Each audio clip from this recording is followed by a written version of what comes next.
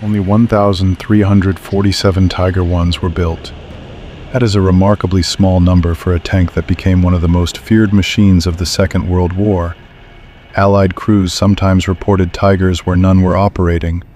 Panthers and Panzer IVs were occasionally identified under the same name. The silhouette had become a warning. For the soldiers facing it, that fear was understandable. The Tiger carried a gun capable of destroying many contemporary tanks before they could reply effectively.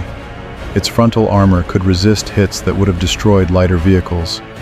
And when the first enemy round failed, the Tiger crew often had enough time to locate the threat and fire back. But behind the German lines, the same tank looked very different. It was nearly 57 tons of armor, engine, transmission, suspension, and tracks that had to be fueled, transported, maintained, and recovered. A Tiger might survive enemy fire and still disappear from the operational roster because of a damaged track or a component that could not be replaced in time. This is why the Tiger remains difficult to judge. It was not an invincible masterpiece. It was not a useless mechanical disaster. It was a highly capable tactical weapon whose value depended on the system supporting it.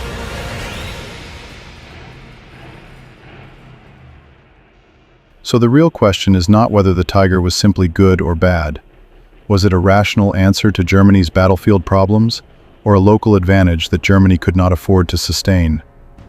To answer that, we have to separate tactical performance, operational readiness, and strategic cost.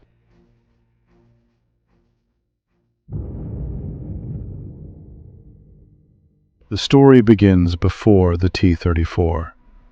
German interest in a heavy breakthrough tank reached back into the late 1930s. The campaign in France then exposed a specific problem. Vehicles such as the Char B-1 and Matilda II could resist many standard German anti-tank weapons from the front.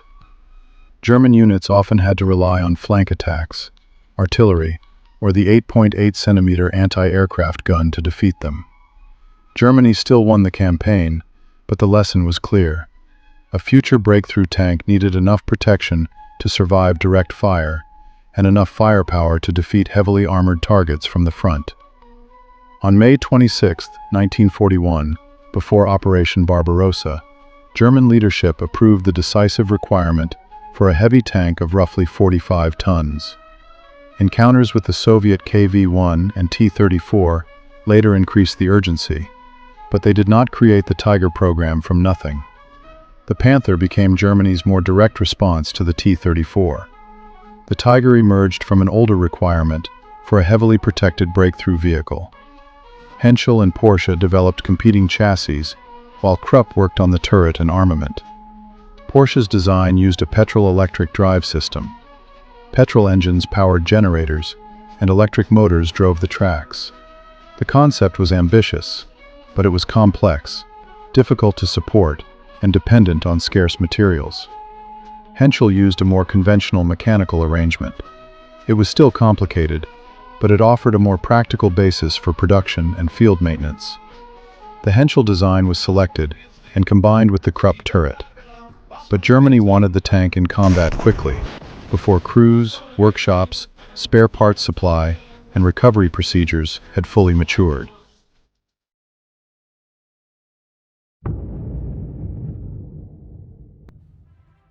At the tactical level, the Tiger was built around four connected advantages: firepower, optics, crew efficiency, and armor. Its main weapon was the 8.8 centimeter Kampfwagen Kanone 36L/56, normally shortened to KWK-36. The gun belonged to the wider family of Germany's famous 88mm weapons, but it was not simply an unchanged anti-aircraft gun placed inside a turret.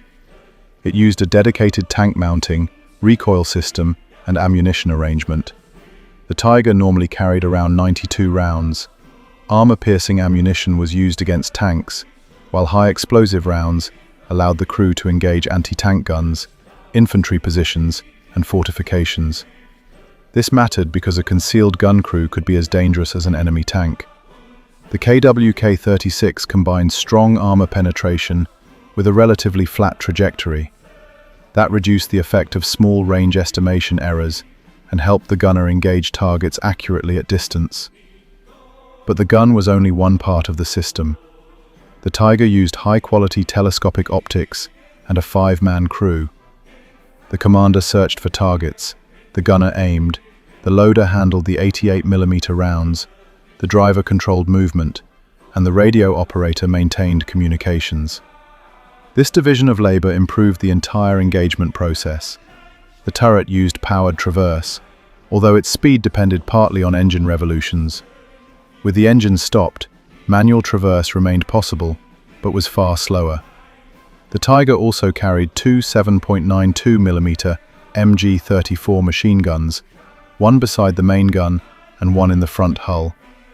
The Tiger's firepower was not simply the result of an 88. It came from the gun, optics, turret controls, and crew working together.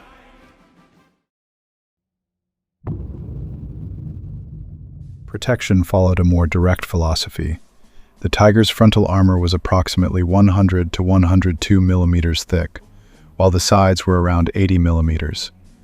Most of this armor was relatively vertical. A heavily sloped plate can provide greater effective protection for the same weight. The Tiger instead relied largely on raw thickness. This was not weight efficient, but in 1942 and much of 1943, it worked. Many Allied and Soviet tank guns struggled to penetrate the Tiger from the front at normal combat ranges. A lighter tank might be destroyed by the first accurate hit. A Tiger could sometimes absorb that hit, locate the firing position, and respond. The armor gave the crew time to observe, correct a missed shot, and remain exposed longer than many opponents. But thick armor did not make the tank immune to tactical defeat. A gun could be damaged. The turret ring could jam. A track could break. Optics or communications could be lost. Tiger 131 in Tunisia demonstrated this clearly. On April 24, 1943, a British 6-pounder round struck the gun mantlet area and became lodged near the turret ring. The impact jammed the turret and effectively prevented the tank from fighting. Other hits damaged fittings and reportedly affected the radio and crew compartment. The main armor had not been catastrophically penetrated. The engine had not exploded. The vehicle remained largely intact, but its main weapon could no longer traverse correctly, and the crew abandoned it. Tiger 131 survived as a machine. It still lost the engagement.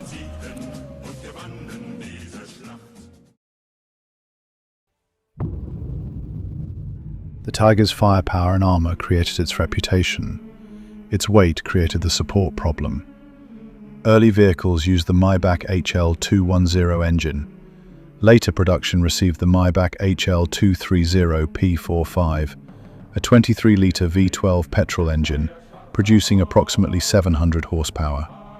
That gave the Tiger respectable mobility for a vehicle approaching 57 tons, but the power-to-weight ratio remaining one track, the system allowed more precise turns depending on the selected gear and steering input. On suitable ground, the system, final drives, sprockets and tracks still had to move almost 57 tons. Long road marches accelerated wear. Poor cooling or lubrication could create problems. Incorrect driving technique placed extra loads on components already operating under heavy stress. A failed final drive, broken track or steering problem could immobilize the vehicle even if the gun, armor and engine remained usable. Tiger reliability therefore cannot be reduced to one universal defect. The vehicle was not constantly broken, but high readiness demanded trained crews, disciplined maintenance and access to parts. The suspension showed the same balance between capability and burden. The Tiger used torsion bars and overlapping interleaved road wheels.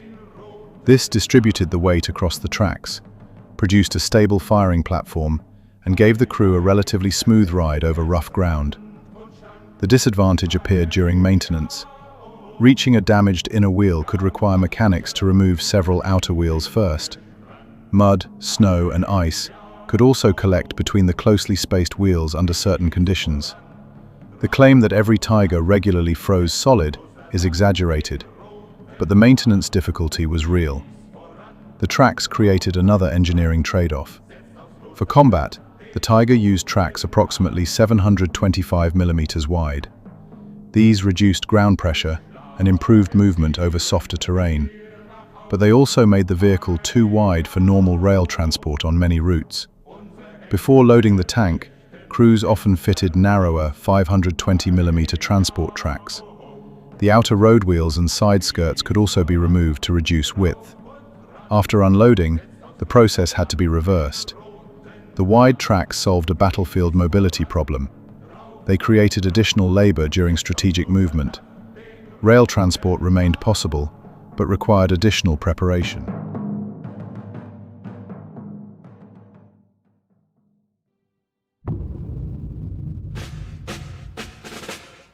The first combat deployment showed what happened when the support system was not ready. In August 1942, 4 Tigers were sent into action near Maga. The terrain was wet, forested and poorly suited to an extremely heavy vehicle. Crews had limited experience, while spare parts and recovery procedures were still developing. 3 of the 4 Tigers suffered mechanical trouble during the initial movements. Recovering one immobilized Tiger could require several SDK FZ9 heavy half-tracks working together. The deployment failed, but the disabled vehicles were eventually recovered. The lesson was specific. A complex, heavy tank magnified weaknesses in terrain planning, training, maintenance, and recovery. When those elements improved, readiness could be very high. Before Operation Citadel in July 1943, Schwere Panzerabteilung 503 reported 42 of its 45 Tigers operational. That was a readiness rate above 93%. By the end of the month, after sustained movement and combat, only 9 of 38 available Tigers were operational.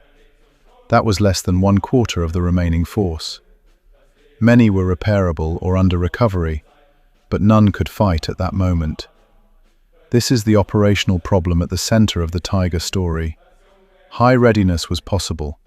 Maintaining it during continuous operations was expensive in time, labor, and equipment.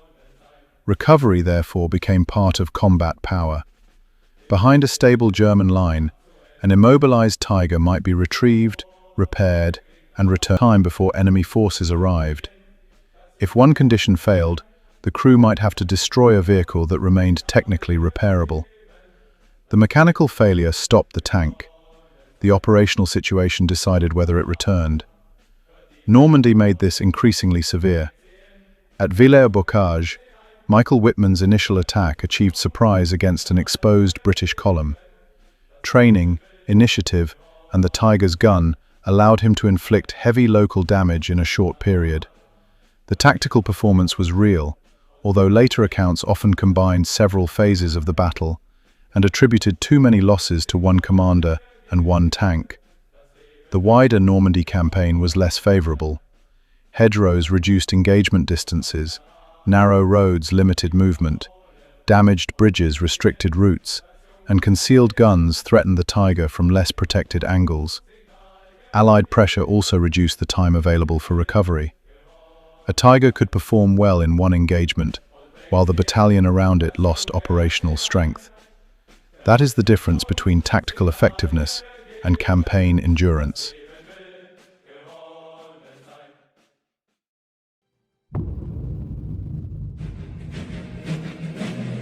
Production created the same problem at a larger scale. The Tiger was assembled by Henschel, but it depended on specialized suppliers.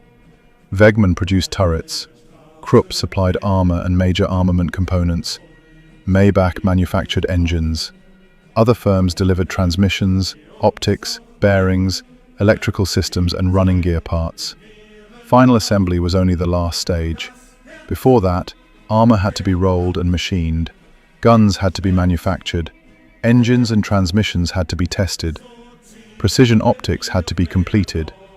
The components then had to reach the assembly plant through Germany's transport network. The strongest specialist production count is 1,347 Tiger Is, although slightly different totals appear in some records. Production began slowly in 1942, increased through 1943, and reached its highest monthly levels during the spring of 1944. By then, Germany's strategic position had deteriorated sharply.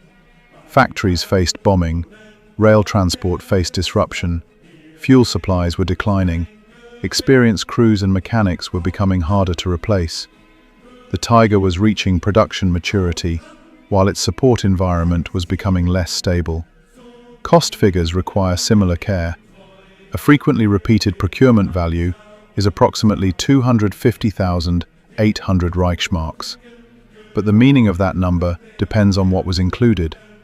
The gun, optics, radio, ammunition, tools, and wider support equipment were not always counted in the same way. The claim that Germany could simply have produced 4 or 5 medium tanks instead of every Tiger is also too simple. A Tiger line could not switch instantly to Panthers, Panzer IVs, or assault guns. Different vehicles used different tooling, suppliers, and production methods. But the opportunity cost was still real. Tiger production consumed heavy armor plate, engines, optics, bearings, machine tools, and skilled labor. After delivery, the battalions required specialized maintenance, railway capacity, and heavy recovery support. The strategic cost was larger than the factory price. It included the support structure around a small fleet. Germany's procurement system made this harder. Authority was divided between military offices, ministries, industry, and political leadership. Requirements changed, companies competed, and several vehicle families remained in production with limited commonality. Panzer IVs, Panthers, Tiger Is, Tiger IIs, assault guns and tank destroyers all required different parts and maintenance knowledge. The Tiger did not create this fragmentation, but it became one of the most demanding vehicles operating inside it. Command decisions also affected the result. Tiger battalions were moved between emergencies. Long road marches increased wear. Small groups were committed before complete units could assemble. Delayed withdrawals reduced the time available to recover damaged tanks. These were not defects in the KWK-36, Maybach engine, or Olvar transmission. They were decisions made by the system operating them. A better supported army could have maintained Tiger battalions more effectively, but the design itself remained demanding. Its drivetrain still carried heavy loads. Its running gear still increased maintenance time. Its transport preparations still complicated movement. Its protection still depended partly on large quantities of thick armor. Germany's strategic decline made the conditions required by the Tiger increasingly rare. This explains why two different reputations could exist looking at different parts of the same weapon system. So was the Tiger I a rational solution? Tactically, yes. Its 8.8 under suitable conditions. It could identify targets quickly, fire accurately at long range, and survive hits that would have destroyed many lighter vehicles. Operationally, the answer was conditional. A prepared Tiger battalion could achieve excellent readiness, but sustained movement and combat consumed that readiness rapidly, and restoring it required mechanics, parts, transport, and recovery time. Strategically, the result was limited. Germany gained real local superiority, but only in small numbers and at a high support cost. The Tiger did not fail because it lacked combat power. It became difficult to justify because its battlefield value depended on a stable, well-supplied system, while Germany's industrial, logistical, and military position was deteriorating. The Tiger was a technically successful specialist weapon, but tactical success is not the same as strategic value. Germany could build a tank capable of dominating an engagement. It could not produce, move, maintain, and recover enough of them, often enough, to turn that local advantage into a decisive result. Was that the failure of the tank, the system behind it, or both?